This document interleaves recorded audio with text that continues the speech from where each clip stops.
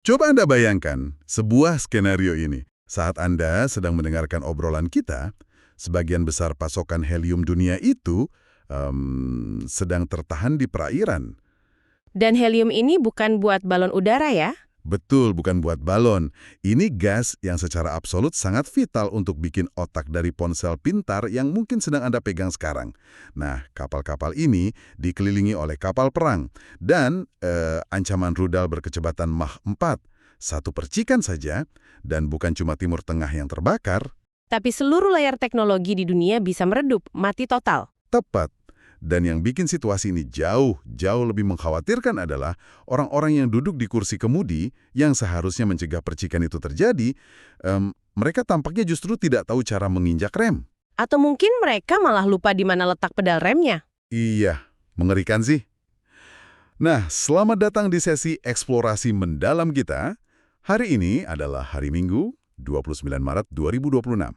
Untuk Anda, ya para pendengar yang selalu ingin mengupas tuntas rentetan berita utama dunia tanpa merasa kewalahan oleh jargon-jargon yang memusingkan, Anda berada di tempat yang pas. Karena misi kita hari ini bisa dibilang membongkar teka-teki geopolitik raksasa.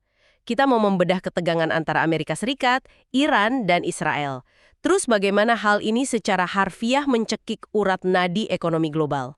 Dan kenapa tiba-tiba kita kembali membicarakan ancaman konflik senjata nuklir? Sesuatu yang kita pikir sudah terkubur di era Perang Dingin.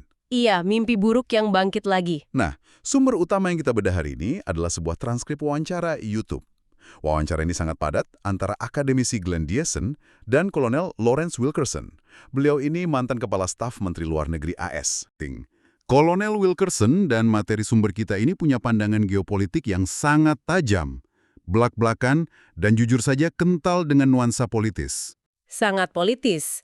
Jadi tujuan kita berdua di sini sama sekali bukan untuk setuju atau tidak setuju dengan pandangan tersebut. Kita tidak memihak faksi sayap kiri atau sayap kanan. Sama sekali tidak. Betul sekali. Peran kami di sini murni hanya sebagai pembawa pesan. Kita akan membedah argumennya, melihat apa fakta yang disajikan, apa opini mereka, dan menganalisis dampaknya secara objektif. Tujuannya supaya Anda mendapat gambaran utuhnya. Oke, jadi kita mulai dari mana nih? Oke, mari kita urai ini langsung dari sumber pemicunya di lapangan, yaitu taktik Gedung Putih. Jujur saja, kalau kita baca transkripnya, pola manuver mereka sangat membingungkan. Membingungkan adalah kata yang halus ya. Ya, sangat halus. Jadi gini, Presiden Trump kan terus-menerus mengubah tenggat waktu untuk menghancurkan fasilitas energi Iran.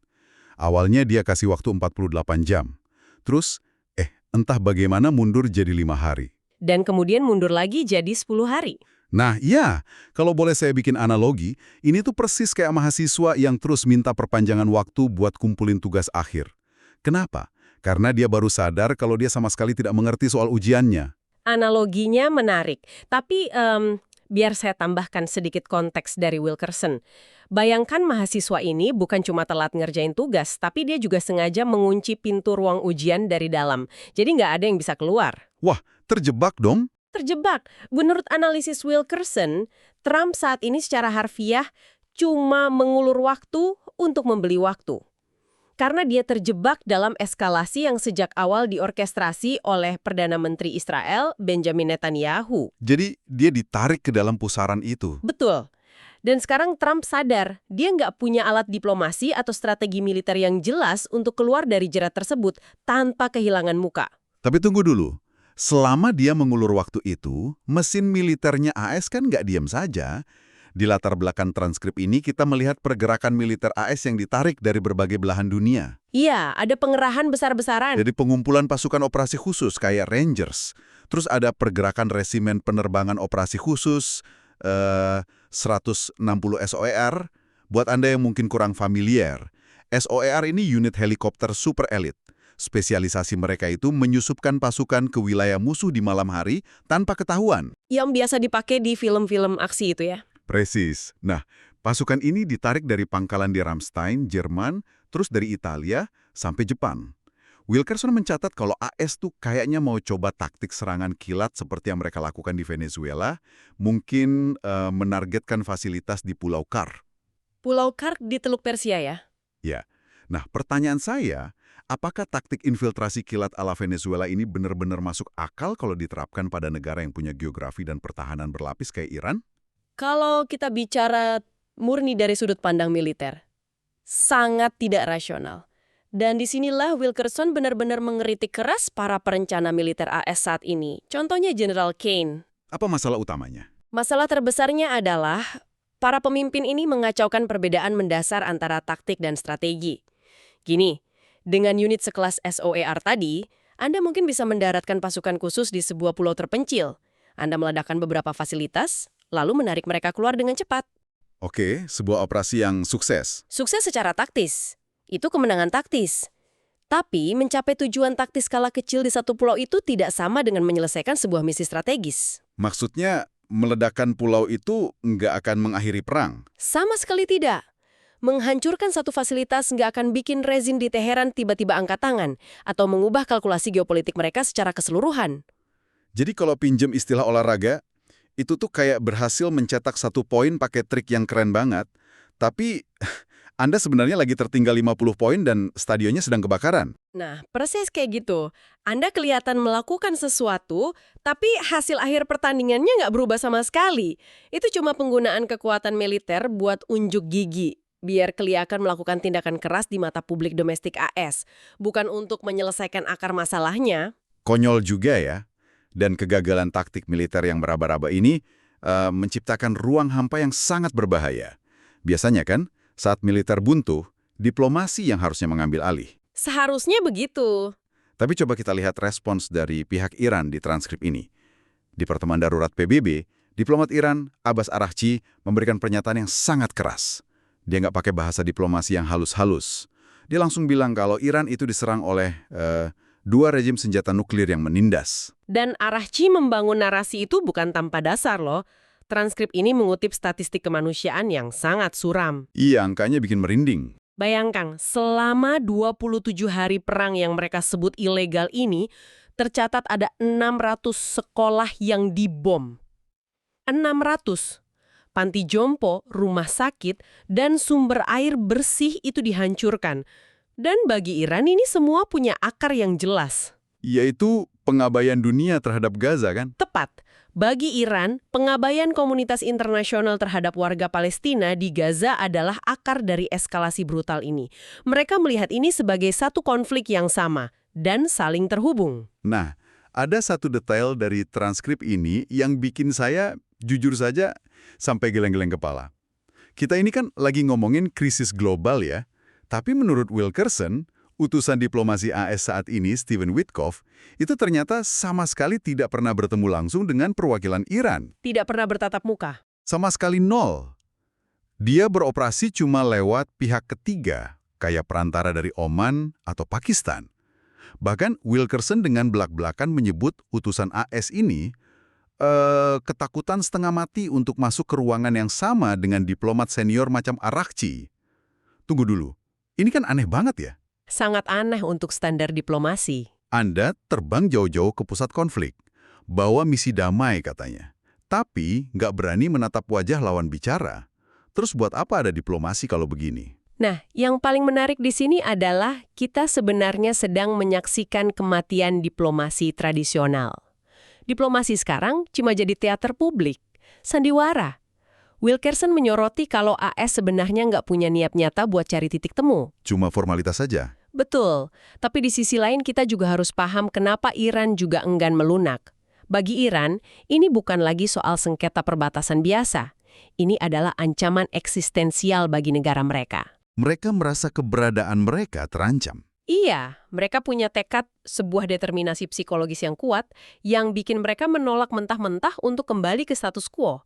Dan ironisnya, karena diplomasi sejati sudah mati, situasi ini menciptakan apa yang disebut Wilkerson sebagai normalisasi kejahatan terhadap kemanusiaan. Maksudnya, kekerasan dianggap biasa. Tepat. Menghancurkan infrastruktur sipil kayak sekolah atau rumah sakit tadi, sekarang malah dianggap rutin sebagai taktik tawar-menawar. Bukan lagi pelanggaran yang tabu. Ngeri sekali. Dan di masa jeda diplomasi inilah, ketika militer cuma unjuk gigi dan diplomasi mati, ekonomi global kita mulai tercekik pelan-pelan. Dan ini yang paling terasa ke kehidupan sehari-hari. Ya, untuk Anda pendengar yang mungkin mikir, oke, ini kan konflik di Timur Tengah, apa urusannya sama tagihan listrik atau pekerjaan saya di sini? Nah, dampaknya itu sangat nyata. Transkrip ini melaporkan ada hampir 4.000 kapal komersial yang sekarang terjebak di luar perairan Selat Hormuz. 4.000 kapal, itu jumlah yang luar biasa masif. Iya, dan mereka mengapung tanpa arah karena takut kena serangan. Banyak analis suka mengibaratkan Selat Hormuz ini kayak pembuluh darah utama ekonomi, tapi saya rasa analogi itu kurang tepat. Oh ya, kenapa begitu? Lalu, apa arti semua ini? Selat Hormuz itu bukan sekedar jalan raya besar. Itu tuh ibarat satu-satunya pintu keluar yang ukurannya sangat kecil di sebuah stadion raksasa yang lagi kebakaran. Wah, analogi yang tajam. Coba bayangkan, kalau ada satu orang saja tersandung di pintu kecil itu, puluhan ribu orang di belakangnya bukan cuma berhenti jalan, mereka bakal saling tumpuk, panik, dan semuanya hancur. Dan tersumbat total. Betul. Dan yang bikin saya kaget, sumber kita menyebutkan komoditas yang paling kritis di kapal-kapal itu adalah pasokan helium. Orang awam kan mikirnya helium ya cuma buat isi balon ulang tahun. Padahal fungsinya jauh lebih vital dari itu. Sangat vital. Di dunia industri modern, helium cair itu mutlak dibutuhkan untuk mendinginkan mesin pembuat semikonduktor. Tanpa helium dari Selat Hormuz ini, manufaktur chip canggih di Taiwan bakal lumpuh total kan? Lumpuh total. Dan ini menunjukkan kelemahan fatal dari sistem globalisasi kita. Sistem rantai pasok dunia ini diciptakan dengan asumsi kalau dunia akan selalu damai. Sistemnya sangat efisien, tapi mereka nggak punya stok cadangan yang besar. Jadi, kalau terganggu sedikit saja, Langsung kolaps. Ketika krisis geopolitik menyumbat titik rawan seperti Hormuz, sistem yang tadinya efisien ini seketika berubah jadi sangat rapuh. Kalau manufaktur chip di Taiwan terhenti, bayangkan efek dominonya. Produksi mobil terhenti, komputer, alat medis, sampai jaringan telekomunikasi global bakal macet. dan ini nggak main-main dampaknya. Sama sekali nggak main-main. Makanya Wilkerson mengkritik keras para pemimpin ekonomi AS seperti Scott Bessent. Menurutnya orang-orang ini kayak hidup di dalam gelembung. Mereka bertindak seolah-olah kebijakan militer yang gegabah ini nggak akan memicu tragedi logistik buat 7-8 miliar manusia di bumi. Mereka meremehkan efeknya ya. Sangat meremehkan. Padahal kalau ini berlanjut, kita bukan cuma bakal menghadapi resesi biasa. Kita sedang menatap langsung ke jurang depresi ekonomi global yang instan. Rantai pasokan mencekik lehernya sendiri. Nah, kalau AS saja kebingungan dan ekonomi dunia mau runtuh, bagaimana nasib sekutu utamanya AS yang letaknya ada persis di epicentrum konflik ini? Maksud Anda Israel? Ya, Israel. Kalau kita baca transkripnya, laporan tentang kondisi internal militer Israel atau IDF ini bunyinya sudah kayak alarm darurat tingkat tertinggi. Memang benar. Krisis yang dihadapi IDF sekarang bukan cuma soal kurangnya amunisi, tapi krisis fondasional. Mereka kekurangan tenaga manusia dan mengalami war fatigue atau kelelahan perang yang luar biasa parah. Nah, ini data yang gila. Dilaporkan kalau Perdana Menteri Netanyahu menyerukan panggilan tambahan 400.000 tentara cadangan. Tapi, dari 300.000 panggilan gelombang sebelumnya, sekitar 30% dari mereka dilaporkan menolak hadir. 30% itu angka pembelotan yang besar untuk sebuah militer loh. Banget. Belum lagi di front utara Lebanon, kerugian material IDF sangat parah. Taktik Hizbullah ternyata bisa menghancurkan tank-tank Merkava punya Israel. Padahal, kita tahu tank Merkava ini selama puluhan tahun selalu dipasarkan sebagai puncak teknologi militer. Benteng berjalan yang katanya nggak bisa ditembus. Kenyataannya hancur lebur di lapangan. Betul, hancur. Bahkan ada laporan, Jenderal IDF sampai menangis di depan kamera karena nggak kuat nahan beban psikologis pasukannya. Puncaknya, Jenderal Halevi, kepala staf IDF sendiri memperingatkan kalau militernya bisa runtuh dari dalam karena krisis personel ini. Runtuh karena tentaranya sudah habis energi dan moral. Nah, biar saya tantang logika ini sedikit.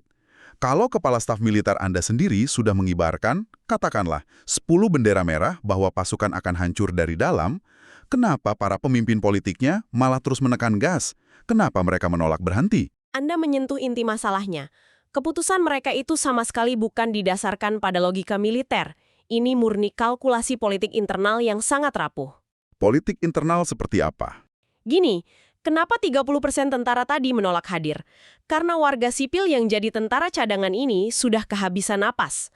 Mereka ditarik dari pekerjaan, dipisahkan dari keluarga untuk perang yang nggak punya endgame atau titik akhir yang jelas. Terus, pemimpinnya memaksakan. Iya, karena elit politiknya juga tersandar. Tokoh sayap kanan ekstrim kayak Naftali Bennett terus menekan, karena dia anggap Netanyahu gagal membasmi Hamas. Tapi buat Netanyahu sendiri, dia nggak bisa nyari jalan keluar untuk menghentikan perang. Kenapa dia nggak mau berhenti? Karena momen di mana tembakan itu berhenti, proses hukum korupsi domestiknya akan langsung dilanjutkan. Dan kalau itu terjadi, dia kemungkinan besar bakal masuk penjara. Vikan, iya, sayangnya begitu.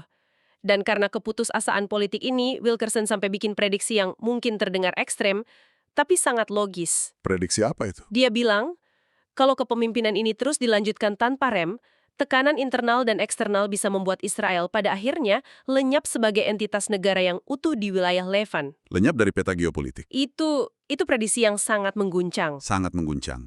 Tapi itulah arahnya kalau mereka tidak merubah haluan. Dan bahayanya, ketika militer konvensional gagal dan para politisi ini makin putus asa, transkrip ini mengarah pada satu tombol yang paling dihindari seluruh umat manusia. Opsi senjata nuklir. Ya, opsi nuklir. Informasi intelijen yang dikutip dari Profesor Ted Postol di MIT itu sangat spesifik dan bikin merinding. Beliau memperkirakan Iran kemungkinan besar sudah punya uranium yang cukup yang disimpan di fasilitas bawah tanah yang mustahil ditembus bom biasa. Jadi, bom konvensional AS nggak akan mempan? Nggak akan mempan. Lebih jauh lagi, Iran disebut bisa memasang hulu ledak itu pada rudal balistik Khorramshahr. Rudal ini punya kecepatan Mach 4. Mach 4 itu 4 kali lipat kecepatan suara kan. Kecepatan yang luar biasa. Pada kecepatan segila itu, jarak tempuh dari Iran ke Israel bisa dilalui cuma dalam hitungan menit. Waktu reaksi buat sistem pertahanan udara AS itu nyaris nol. Dan Wilkerson menyandingkan horor ini dengan memori kegagalan diplomasi Korea Utara di awal tahun 2000-an. Ah, ya misi Jim Kelly. Betul. Waktu itu AS datang dengan gaya angkuh, mau bujuk Korea Utara pakai insentif ekonomi supaya stop program nuklirnya. Tapi pas duduk di meja perundingan, Pihak Korea Utara cuma senyum dingin dan bilang, kami sudah punya bomnya. bayangkan, dalam 1 detik semua asumsi diplomasi hancur berkeping-keping. Wilkerson sangat khawatir kalau skenario kejut yang sama sedang menunggu AS dan Israel kalau mereka terus-terusan memojokkan Iran. Dan masalahnya, kalau Iran benar-benar deklarasi status nuklirnya, resiko Netanyahu atau AS merespon pakai senjata nuklir taktis itu jadi sangat tinggi. Dan kalau satu saja rudal nuklir diluncurkan, negara raksasa macam Rusia atau Cina yang kepentingan ekonominya kuat banyak di Timur Tengah nggak mungkin diam saja kan? Tentu tidak. Mereka punya persenjataan yang setara, bahkan lebih besar dari AS.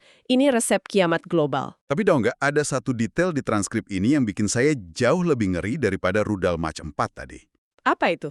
Transkrip menyoroti masuknya retorika ekstremisme agama ke dalam eselon tertinggi komando militer dan kabinet Amerika. Orang-orang seperti Pete Hegseth atau Franklin Graham.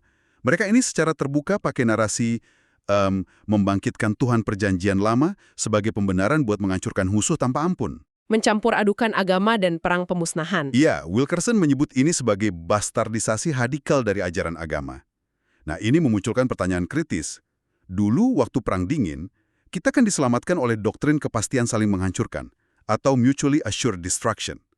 Doktrin itu mencegah perang karena nggak ada pemimpin yang cukup gila buat memulai kiamat. Betul. Terus kenapa sekarang retorika apokaliptik malah makin liar? Bukannya mereka takut mati? Ini memunculkan pertanyaan penting tentang siapa yang sebenarnya pegang kendali sekarang. Doktrin saling menghancurkan itu, ya bertumpu pada satu asumsi mutlak, bahwa para pemimpin negara adalah aktor yang rasional. Maksudnya mereka masih waras dan ingin hidup. Iya, mereka mencintai kehidupan, mencintai keluarga, dan ingin negaranya bertahan. Nah, masalahnya muncul ketika Anda mulai mencampur adukan strategi geopolitik dengan dogma agama yang ekstrim. Ketika jadi perang suci, Tepat. Ketika pemimpin melihat konflik bukan lagi sebagai persaingan wilayah, tapi perang suci antara kebaikan mutlak melawan kejahatan mutlak, rasionalitas itu menguap seketika. karena mereka merasa dibenarkan oleh Tuhan. Betul. Kalau Anda percaya bahwa menghancurkan lawan itu adalah eksekusi kehendak ilahi, atau bahwa kehancuran dunia itu sekedar jalan tol menuju keselamatan spiritual, maka ancaman kiamat nuklir nggak lagi berfungsi sebagai rem. Wah, pasti mikir, gimana sih cara menghentikan kereta yang meluncur ke jurang ini? Dan penyakit apa yang bikin pemimpin ini begitu buta sama realitas? Kalau dari Wilkerson, solusi jangka pendeknya itu sebenarnya cuma ada satu, walaupun ini bakal sangat nggak populer buat politisi di Washington. Apa solusinya? Trump harus sekedar mengklaim kemenangan secara sepihak, lalu segera pergi, tarik pasukannya, cabut sanksi ke Iran, dan biarkan kawasan itu membangun dirinya sendiri tanpa campur tangan. Deklarasi menang di Twitter, beres-beres lalu pulang. Kedengarannya gampang dan pragmatis ya, tapi ego politik AS kan nggak bekerja kayak gitu. Sayangnya tidak. Apalagi ada ancaman pemakzulan buat Trump dari lawan politiknya kalau sampai Partai Republik kalah di pemilu sela karena terlihat lemah. Wilkerson bahkan membandingkan nasib Trump bisa kayak Richard Nixon, terpaksa mundur di bawah aib politik. Iya, ego dan kelangsungan karir politik menghalangi akal sehat. Dan selain ego, transkrip ini juga menggarisbawahi parahnya masalah kompetensi. Wilkerson menyoroti ironi posisi krusial di kabinet, kayak Menteri Energi yang mengawasi infrastruktur nuklir AS. Sekarang posisi itu malah diisi orang-orang yang, dianggapnya nggak kompeten sama sekali. Berbeda jauh dengan masa lalu ya. Sangat beda. Dulu, posisi seberat itu selalu dipegang sama fisikawan nuklir asli yang tahu persis betapa mengerikannya daya hancur senjata ini. Nah, penurunan kualitas ini kan nggak terjadi dalam semalam. Wilkerson merujuk ke argumen dari mantan diplomat Jack Matlock. Beliau mendiagnosis penyakit utamanya sebagai kesombongan imperial atau imperial hubris yang mengakar di AS sejak berakhirnya Perang Dingin. Kesombongan imperial. Bisa tolong jelaskan sedikit lebih detail ke pendengar maksudnya seperti apa? Tentu. Jadi gini, di akhir Perang Dingin tahun 90-an awal, terjadi distorsi narasi sejarah yang luar biasa besar di Washington. Mereka bikin cerita sendiri kalau kekuatan militer AS telah sukses mengalahkan Uni Soviet secara telak. Padahal kenyataannya nggak seperti itu. Enggak. Fakta sejarahnya, pemimpin Soviet saat itu, Mikhail Gorbachev, yang secara sukarela dan sangat rasional memilih untuk meruntuhkan sistemnya sendiri. Dia lakukan itu demi mencapai negosiasi damai dan integrasi dengan Barat. Jadi bukan karena ditundukkan senjata AS. Bukan. Tapi karena AS telanjur percaya ilusi bahwa mereka menang mutlak secara militer, DNA kebijakan luar negeri mereka langsung berubah total. Generasi pemimpin AS yang sekarang ini dibesarkan dengan keyakinan arogan, mereka pikir diplomasi, kompromi, atau sekedar berusaha mengerti posisi lawan itu adalah tanda kelemahan. Cuma tahu bahasa kekerasan dong? Ya, mereka percaya satu-satunya cara berurusan dengan negara lain itu cuma dengan menodongkan senjata, menatap tajam, dan memaksa musuh berlutut. Kesombongan inilah yang sekarang membutakan mereka. Mereka nggak sadar kalau sumber daya militer dan pengaruh ekonomi mereka itu sudah mendekati batas maksimalnya. Wah, luar biasa. Penjelasan yang sangat mencerahkan. Kita sudah menyelami labirin informasi yang sangat padat dan pekat ya hari ini. Mari kita ambil nafas sebentar, dan kita rangkai lagi benang merah dari apa yang baru saja kita bedah bersama. Silakan. Jadi kita mulai dari manuver-manuver bingung di Gedung Putih, di mana tenggat waktu yang berubah-ubah dan taktik militer yang salah sasaran malah menciptakan ruang hampa diplomasi. Diplomasi yang cuma teater. Iya, dan ruang hampa itu memicu kelumpuhan urat nadi ekonomi global yang diwakili oleh ribuan kapal pembawa helium yang terjebak ketakutan di Selat Hormuz. Sementara itu, di pusat konflik, militer Israel kehabisan napas dan terancam runtuh dari dalam karena kelelahan perang dan ego politik domestik. Dan semua kegagalan konvensional itu Mendorong kita meluncur cepat ke jurang ancaman nuklir, yang ternyata bahayanya makin digandakan oleh ekstremisme agama dan penyakit kesombongan imperial dari Washington. ini benar-benar rantai sebab akibat yang mematikan. Geopolitik, ekonomi, militer, dan psikologi kepemimpinan semuanya saling bertabrakan di satu titik krisis. Dan memahami titik-titik lemah ini adalah langkah pertama yang paling penting untuk mengantisipasi masa depan. Nah, untuk Anda yang masih terus mendengarkan sampai detik ini, jujur saya ingin menyampaikan apresiasi yang sangat tulus. Iya, terima kasih sudah bertahan. Menyelami realitas dunia yang berlapis, kompleks, dan kadang-kadang sangat mengintimidasi seperti ini, butuh keberanian intelektual. Kemauan Anda untuk memahami akar masalah, dan gak cuma reaktif baca judul-judul berita yang sensasional, itu adalah wujud nyata dari kekuatan berpikir kritis di tengah lautan hoaks dan misinformasi hari ini. Karena pada akhirnya menghadapi realitas sekeras apapun dengan mata terbuka, itu akan selalu jauh lebih aman daripada berjalan buta di pinggir jurang. Betul sekali. Nah, sebagai penutup obrolan kita, ada satu detail di akhir transkrip sumber kita yang jujur saja bikin saya kepikiran terus. Wilkerson menyinggung filosofi dari Richard Cheney, mantan wakil presiden AS di eranya Bush. Oh, kutipan yang sangat terkenal itu. Ya, Cheney pernah merumuskan pendekatan kekuasaan Amerika lewat satu kalimat yang sangat dingin. Rasa takut jauh lebih baik daripada rasa cinta. Sangat Machiavellian. Sangat. Jadi, saya mau meninggalkan Anda dengan satu pikiran provokatif untuk direnungkan hari ini. Kalau seluruh arsitektur dominasi geopolitik modern ini cuma dibangun di atas fondasi rasa takut untuk mengontrol, menundukkan dan memeras negara lain tanpa pernah mau kompromi, maka bukankah kerajaan semacam itu sebenarnya tidak pernah membutuhkan musuh dari luar untuk menghancurkannya? Pertanyaan yang sangat dalam. Mengingat semua kelelahan militer dan kehancuran moral yang kita bahas tadi, jangan-jangan sistem yang murni digerakkan oleh rasa takut itu secara genetik memang sudah dirancang untuk runtuh dan menggerogoti dirinya sendiri dari dalam. Terima kasih telah menemani sesi eksplorasi mendalam kita. Tetaplah kritis, tetaplah ingin tahu, dan sampai jumpa lagi di penyelaman kita berikutnya.